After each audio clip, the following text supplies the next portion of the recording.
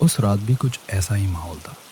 आसमान में काले बादल छाए हुए, ठंडी हवा लगातार बह रही थी और कभी-कभी बिजली की चमक पूरे गांव को कुछ क्षणों के लिए रोशन कर देती थी। गांव के बीचों बीच रघुवीर बाबा के घर के आंगन में अलाव जल रहा था। उस अलाव के चारों ओर कुछ सयाने लोग बैठे थे जो रोज दादा की कहानियां सुनने आते थे। दादा, आज तो आसमान भी जैसे कुछ छुपा रहा है। इतनी काली रात मैंने पहले कभी नहीं देखी। ऐसी रातें बेवजह नहीं आती बेटा। कुछ रातें होती हैं जो खुद किसी की याद लेकर आती हैं। दादा, कहानी सुनाओ ना, कोई डरावनी वाली। आज का मौसम देखो, मेरा मन मचल रहा है। हाँ दादा, भूत वाली पिशाच वाली कहानी सुनाओ ना। भूत पिशाच इन्हें तो दुनिया जानती है, लेकिन आज मैं तुम्हें उस चीज के बारे में बताऊंगा जिसे सुनकर बड़े बड़े मर्दों की रूह कांप जाती है। वो क्या है दादा? डाकिनी। डाकिनी की कहानी और डाकिनी का डर। डाकिनी ये क्या होती है दादा? भूत से अलग है क्या? हाँ बेटा, ये भूत से बिल्कुल अलग होती है। भूत तो मरा हुआ होता है, लेकिन ये आधी मरी और आधी जिंदा होती है। ये इंसानों की तरह चलती है और आवाज़ भी करती है, लेकिन वो इंसान नहीं, कुछ और ही होती है। मतलब वो दिखती भी है क्या हमें? दिखने में ये बिल्कुल किसी साधारण औरत जैसी लगती है, मानो पूरी तरह जिंदा हो। बस इसके पैर उल्टे होते हैं। तो ये कब होता है? कैसे बनती है डाकिनी? जब किसी गर्भवती औरत की मौत किसी खास तिथि पर हो जाती है और उसे जल्दबाजी में ज़मीन में दफना दिया जाता है, तब सब लोग कब्र बंद करके अपने घर लौट जाते हैं। लेकिन उनके जाने के बाद कब्र की मिट्टी हिलने लगती है। पहले एक उंगली बाहर निकलती है, फिर एक हाथ, और फिर वो पूरी तरह बाहर आकर खड़ी हो जाती है। दादा बस करो, मुझे डर लग रहा है। डरना नहीं बेटा, बस इतना याद रखना कि रात को कभी अकेले जंगल मत जाना, कब्रिस्तान के पास मत भटकना, और अगर कभी अंधेरे में पायल की आवाज़ सुनो तो पीछे मुड़कर कभी मत देखना। दादा, जल्दी से कहानी सुनाओ, वो डाकिनी वाली कहानी। ठीक है, तो चलो अब मैं तुम्हें उसकी कहानी सुनाता हूँ।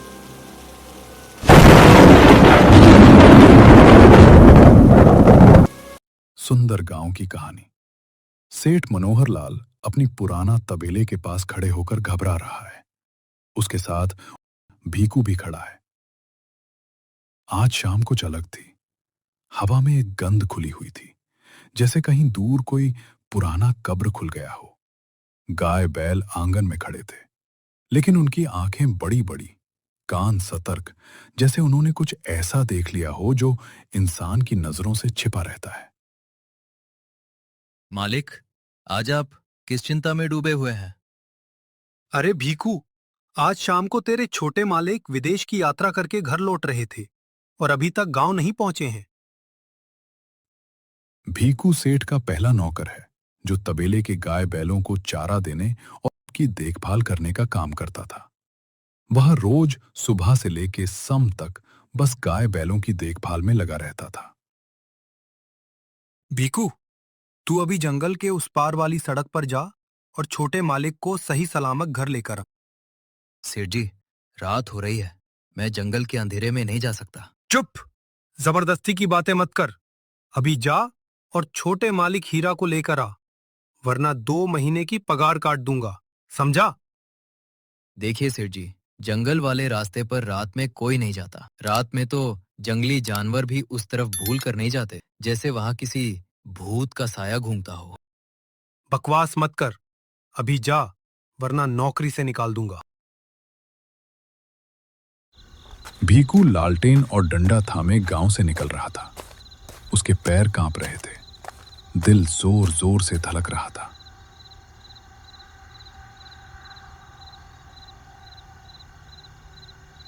जब वो गांव के मुहाने पर पहुंचा तो उसने देखा गांव की पुरानी चाय की ठेली पर 4 लोग बैठे थे। चेहरे पर डर, आंख में वो पुरानी डरावनी यादें झलक रही थी।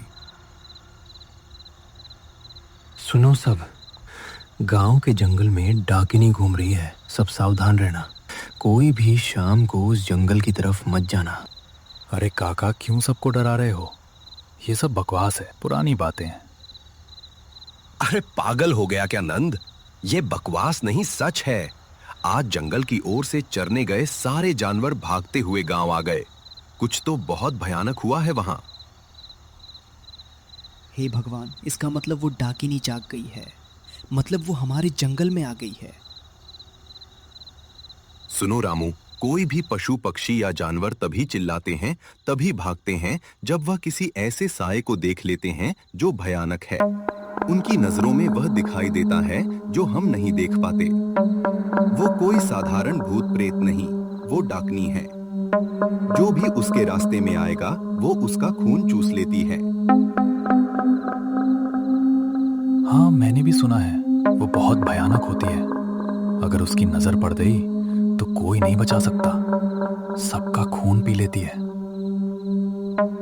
हाँ, जानवरों ने संकेत दे दिया। अब हमें गांव वालों को सतर्क करना होगा। अगर जंगल से किसी बच्चे की रोने की आवाज आए, समझ जाना वो डाकिनी है। रो रो कर बुला रही है, और अगर कोई गया तो वह कभी नहीं लौटेगा। अब अपना पैर पीछे खींचने में ही भलाई है। तभी भीकू हल्के से खांसता है। उन्होंने पीछे मुड़ा तो सामने भीकू खड़ा था। लालटेन हाथ में कांप रही थी। भीकू चुपके से सब कुछ सुन रहा था।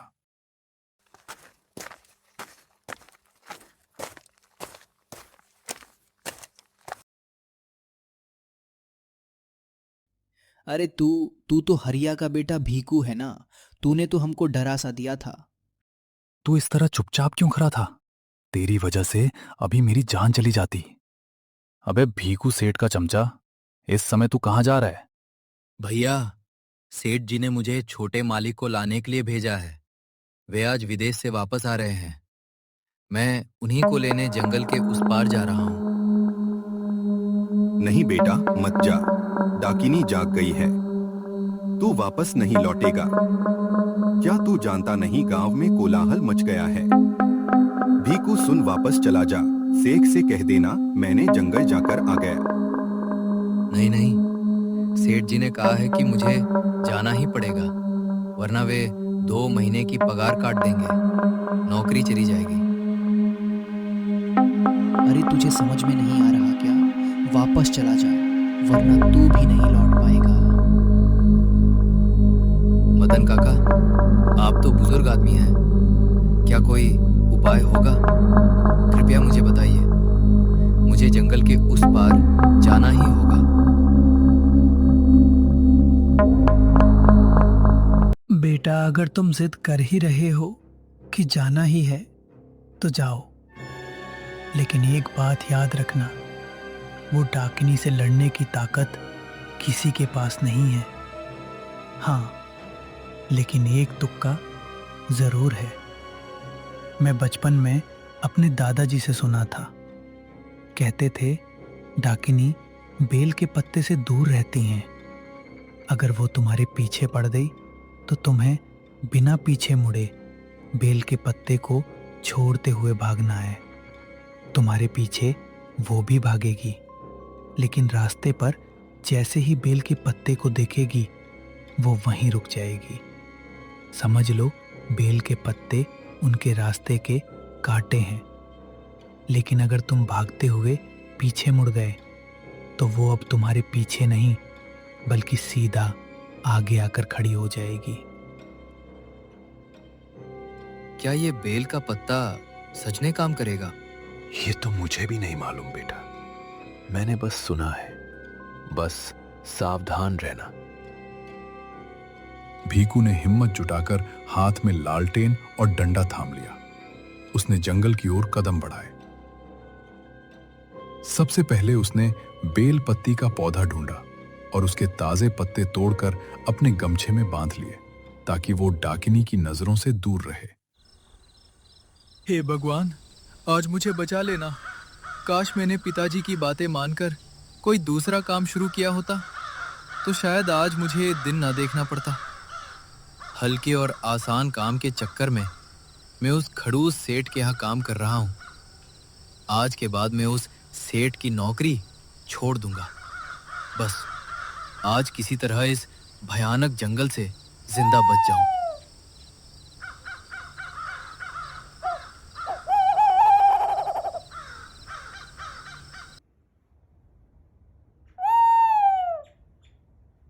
भीकू का सारा शरीर पसीने से तर हो गया था। तभी अचानक उसने देखा सामने एक पेड़ के नीचे छोटे मालिक के ऊपर एक भयानक औरत बैठी हुई थी। उसके दोनों हाथ जमीन पर रखे हुए थे, जैसे कोई जानवर शिकार पर चपट रहा हो। वो औरत हीरा सेठ को चूस रही थी। उसके बाल लंबे, मैले और जमीन को छू रहे थे। चेहरा सफेद, आंखें लाल और गहरी खोखली। भीकू के रोंगटे खड़े हो गई। उसके शरीर कांपने लगा। तभी भीकू का पैर किसी सूखी लकड़ी पर पड़ी। हल्की सी आहट हुई। डाकिनी की नजर भीकू पर पड़ गई और वो जोर से चीखने लगी।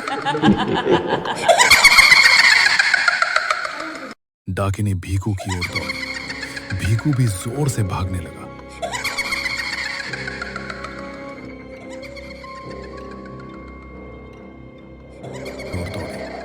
भीकू भी जोर से भागने लगा। मदन काका की बातें याद आई। वो बेल के पत्ते पीछे छोड़ते हुए बिना पीछे मुड़े भागने लगा। डाकिनी की भयानक आवाज जंगल में गूंज रही थी। पेड़ हिल रहे थे। भीकू हाफता हुआ किसी तरह गांव पहुंचा और शेड के दरवाजे के पास आकर गिर पड़ा।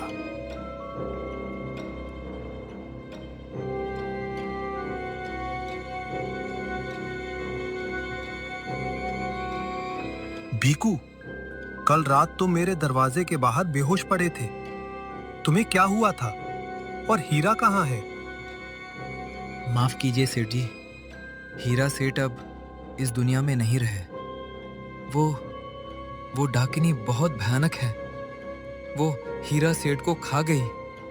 अगर मैं वहां से नहीं भागता तो। भीकू ने गांव वालों को जंगल में घटी सारी घटना एक एक करके बताना शुरू किया। उसकी आवाज में डर, दर्द और राहत का मिश्रण था। भीकू की बातें सुनकर सभी गांव वाले बहुत डर गए।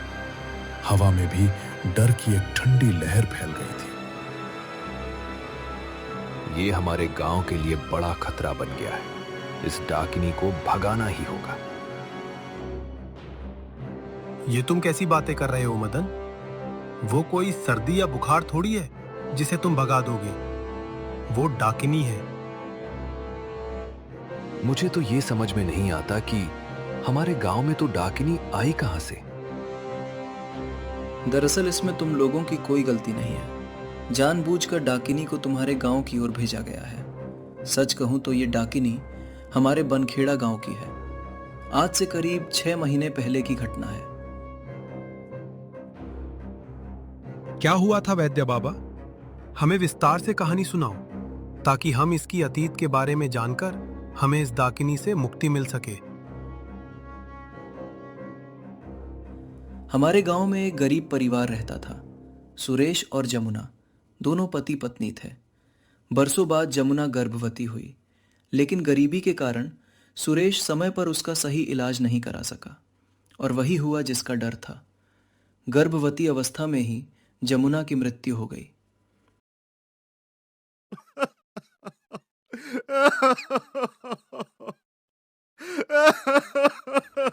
सुरेश बेटा, अनर्थ हो गया। अब ये कोई साधारण देह नहीं है। लोग कहते हैं कि असमय मृत्यु के बाद बनने वाली आत्मा को चुड़ैल या डाकिनी कहा जाता है। इसे बेहद खतरनाक और प्रतिशोधी माना जाता है, क्योंकि यह अपने अधूरे जीवन और अपने शिशु के प्रति मोह के कारण भटकती रहती है। तो अब हम क्या करें बाबा? आप ही कोई मार्ग बताओ। मैं तो पूरी तरह से टूट चुका हूँ।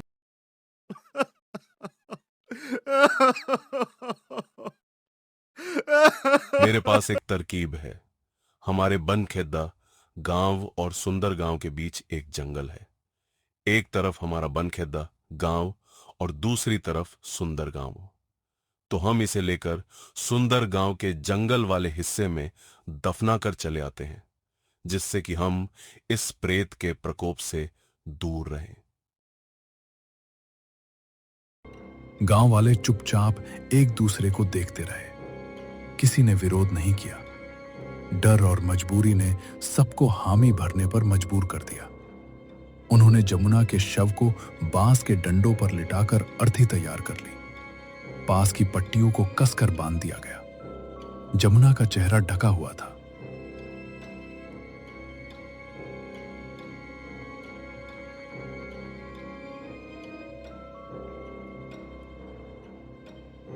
अर्थी उठाई गई। 4 मजबूत आदमी उसे कंधों पर उठाकर खड़े हो गए। सभी जंगल की ओर निकल पड़े। रात का अंधेरा घना था। पगडंडी संकरी और टेढ़ी मेढ़ी थी। दूर से उल्लू की आवाज आ रही थी। चलते समय जमुना का शव अर्थी पर हल्का हल्का हिल रहा था, जैसे उसमें अभी भी सांसें बाकी हों। हर कदम पर गांव वालों के पैर कांप रहे थे।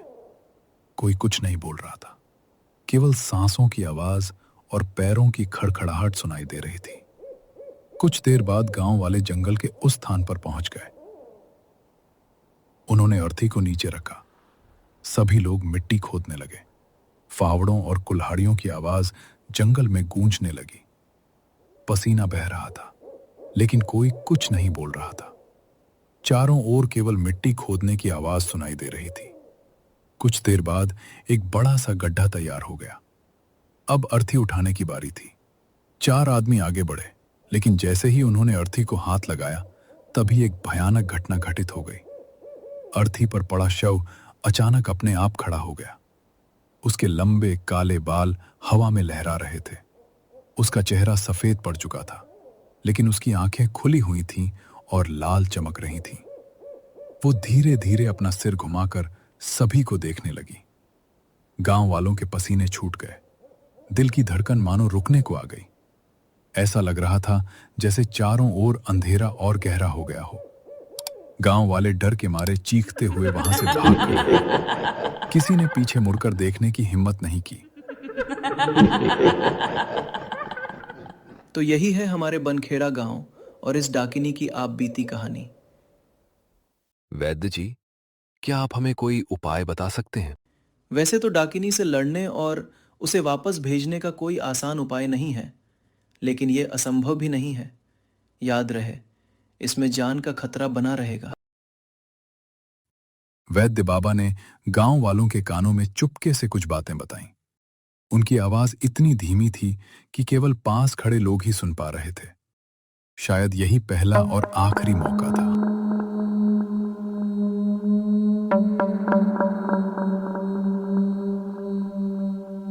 अगली रात गांव के कुछ चुने हुए लोग और एक साधु, जिसकी दाढ़ी लंबी लंबी और आंखें बड़ी बड़ी, उसने हाथ में एक लोटा सा पकड़ रखा था, सब मिलकर उस जंगल की ओर निकल पड़े। उन्होंने एक अर्थी बनाई और उसे भी साथ लेकर चल रहे थे। पर कौन था उस अर्थी पर? उनके पास क्या योजना थी और कैसे उस डाकिनी के साथ लड़ पाएंगे, ये किसी को पता नहीं था। रात गहरा अंधेरा, लालटेन की कमजोर रोशनी में गांव वाले चुपचाप चल रहे थे। सबके चेहरे पर पसीना, हाथ कांप रहे थे। जैसे ही वे जंगल के बीचों बीच पहुंचे, अचानक एक बच्चे की रोने की आवाज गूंजी। सब ठिठक गए।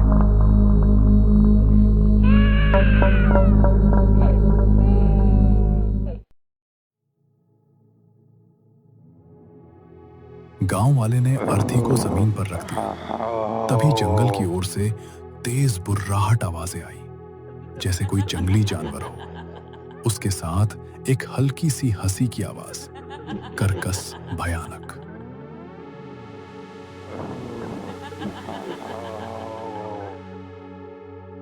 देखते ही देखती अंधेरे से निकलकर हुई डाकिनी सामने आकर खड़ी हो गई। उसके लंबे बाल हवा में लहरा रहे थे। वो जोर जोर से हंसने लगी। आज यहाँ से कोई जिंदा वापस नहीं जाएगा, तुम सब मरोगे यहाँ। देखो, हमें मत मारो। जिसकी वजह से तुम्हारी ये हालत हुई है वही तुम्हारा पति सुरेश। हम उसे इस अर्थी पर लेकर आए हैं। अर्थी को देखकर वो तुरंत उस पर ऐसी झपटी जैसे कोई जानवर सालों से भूखा हो। तभी सभी गांव वालों ने चारों तरफ से बेल के पत्ते रख दिए। तभी साधु और कुछ बुजुर्ग लोग मिलकर हवन शुरू करते हैं। सुनो, अभी हमारे पास मौका है। कुछ देर के लिए यह यहीं से नहीं भाग सकती। हमें जल्दी से जल्दी अनुष्ठान करना होगा।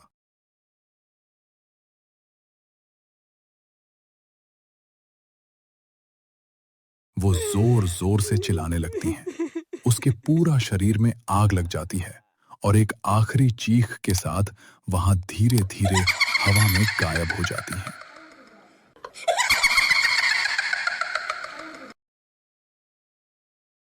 सभी एक चैन की सांस लेते हैं और भगवान का शुक्र मानते हैं।